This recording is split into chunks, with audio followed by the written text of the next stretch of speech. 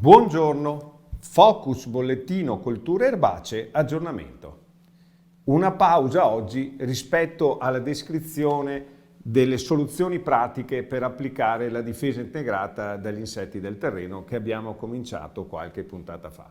Una interruzione per darvi una notizia fresca che è particolarmente importante per noi in quanto riguarda la difesa integrata dalle infestanti, che sono una fonte di problematiche notevoli per la gestione agronomica dei nostri terreni e per le quali è importante trovare soluzioni per ridurre l'utilizzo di fitofarmaci, di diserbanti.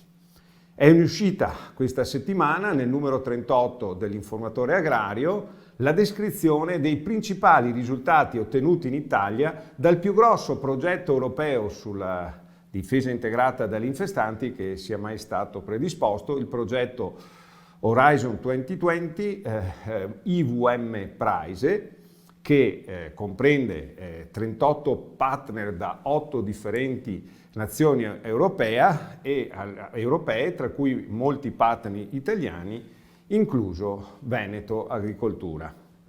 Vi invitiamo a leggere questo articolo insieme a tutte le pubblicazioni già presenti nel nostro sito www.venetoagricoltura.org. Potrete avere altri link sempre osservando il video. Tra le tante cose che vengono descritte e sulle quali faremo successive puntate specifiche vi è la descrizione di un nuovo prototipo per la sarchiatura, fra virgolette, intelligente del mais. Utilizzare tutte le tecnologie oggi disponibili sull'agricoltura di precisione per riuscire a trattare il mais anche in post-emergenza localizzato sulla fila, riducendo di molto, di oltre il 70-80%, la superficie trattata con diserbanti su mais anche in post-emergenza, utilizzando la semina a righe dritte in RTK, utilizzando una sarchiatrice intelligente, che è un prototipo messo a punto dalla Maschio Gaspardo, la quale anche avanzando velocemente riesce a lavorare il terreno molto vicino alla fila senza disturbare la fila, senza danneggiarla. Vi è anche una telecamera per delle correzioni mentre la sarchiatrice avanza. In tal modo si riesce a diserbare solo una fascia stretta sulla fila,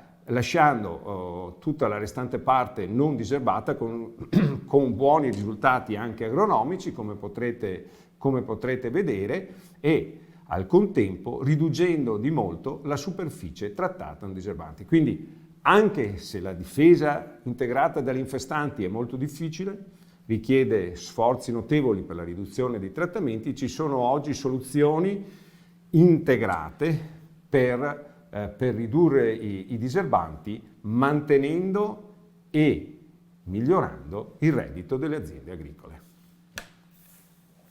Alla prossima!